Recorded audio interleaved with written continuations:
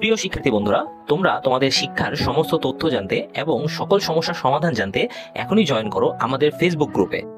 Facebook গ্রুপের link দেওয়া আছে ডিসক্রিপশন বক্সে। স্বাগতম সবাইকে ওয়াইস পয়েন্ট একাডেমিতে। আশা করি তোমরা সবাই ভালো আছো। আজকে আমরা কথা বলবো নবম শ্রেণীর বাংলার সপ্তম অধ্যায় পৃষ্ঠা নম্বর 216 যে ছকটি রয়েছে তার সমাধান নিয়ে। গত ক্লাসে আমরা 214 নম্বর পৃষ্ঠার সমাধান নিয়ে তোমাদের সাথে কথা বলেছিলাম।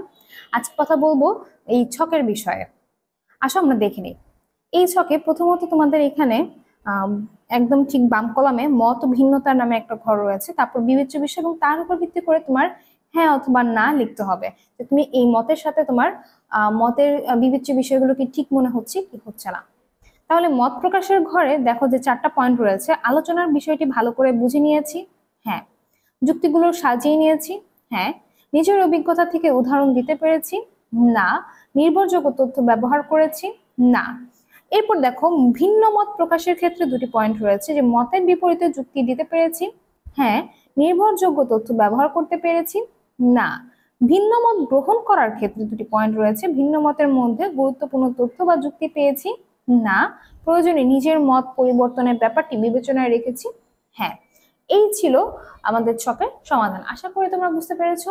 তারপরে যদি পুরো বিষয়টা তোমাদের বুঝতে অসুবিধা হয়ে থাকে বা পুরো সপ্তম অধ্যায়টা নিয়ে তোমাদের কোনো সমস্যা মনে করো যে রয়েছে, আমাদেরকে সেটা কমেন্ট বক্সে জানাতে পারো। আমরা চেষ্টা করবো এই পুরো চ্যাপ্টারটা নিয়ে আলাদা কোনো ক্লাস তোমাদেরকে দেবার জন্য। তবে এখানে যদি তোমাদের অধিক সংখ্যক কমেন্ট পাই যে তোমরা এই ক্লাসটি চাচ্ছ, তবেই আমরা এই ভিডিওটি তোমাদের সাথে শেয়ার করব। আজকে এই পর্যন্তই। পরবর্তী তোমাদের যে কোনো সমস্যা সমাধানের জন্য আমাদের ওয়াইস পয়েন্টের সাথেই থাকো, ওয়াইস পয়েন্টের চ্যানেলটাকে সাবস্ক্রাইব করে। অন্যান্য সাবজেক্টের সমাধানগুলো সহজে তোমরা এই চ্যানেলে পেয়ে যাবে, তাই আমাদের ওয়াইস পয়েন্ট চ্যানেলটাকে সাবস্ক্রাইব করে বেল আইকনটা প্রেস করে দাও যাতে যে কোনো নোটিফিকেশন সহজে তোমরা পেয়ে যাও। আর এছাড়া তোমাদের হচ্ছে পরবর্তী ক্লাসের তোমরা যখন নবম শ্রেণী থেকে দশম শ্রেণীতে উত্তীর্ণ হবে তখনও তোমাদের সকল সমস্যার সমাধানের জন্য আমরা সাথেই থাকবো। আর তোমরা আমাদের সাথে আমাদের ফেসবুক পেজ এবং গ্রুপেও যুক্ত হতে পারো। তোমাদের সুবিধার জন্য ডেসক্রিপশন বক্সে ওয়াইস পয়েন্টের ফেসবুক পেজ এবং গ্রুপের লিংক দেওয়া থাকবে।